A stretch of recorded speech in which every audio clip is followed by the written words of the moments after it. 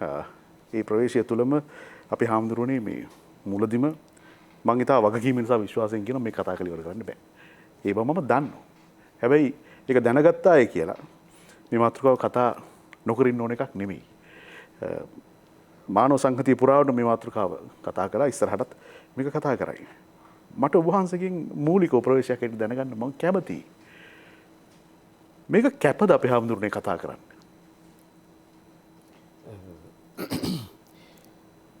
දිල්ෂාන් මෙතුමනි අපේ මුරගල මේ සම්වාදාත්මක වැඩසටහනේ අද විතුන් ලෙස සම්බන්ධ වෙන අපේ ආදරණීය මහාචාර්ය සමන්ත හේරත් මැතිතුනි එවැගේම අපේ මනෝජ් මැතිණියනි මට අකැපද කැපද කියන කරුණ ඔබ අසන්නේ සමහරක් වෙලාවට ස්වාමීන් වහන්සේ නමක් වීම නිසා විය හැකියි. ඔව් අපේ හාමුදුරනේ ඒකම තමයි. නිසන් බුදුදහම සහ ලොව තිබෙන සියලුම උතුම් අපේ සහෝදර ආගම් නියෝජනය කරන්නේ ආදරයයි.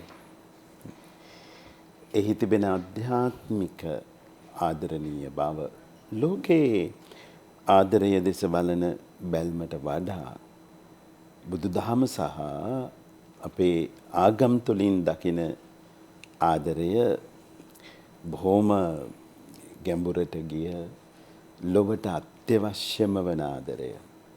ඒ නිසා ලොවේ ඉන්න ආදරණීයම සමාජ සේවා කණ්ඩායම හැටියට ලෝකේ එක්සත් ජාතීන්ගේ සංවිධානය යුනෙස්කෝව නම් කළේ බෞද්ධ භික්ෂුව.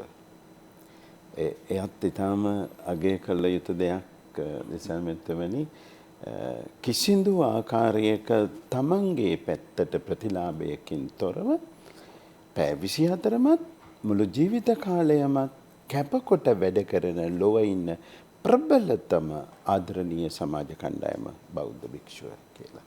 එය හඳුනා ගන්නවා. ඉතින් මම හිතනවා එය හොඳටම ප්‍රමාණවත් ලෝකයට. කැපයි. අපි එතනින් කැපයි. අපි එතනින් මේ සාකච්ඡාව ඉස්සරහට අරන් යන්න.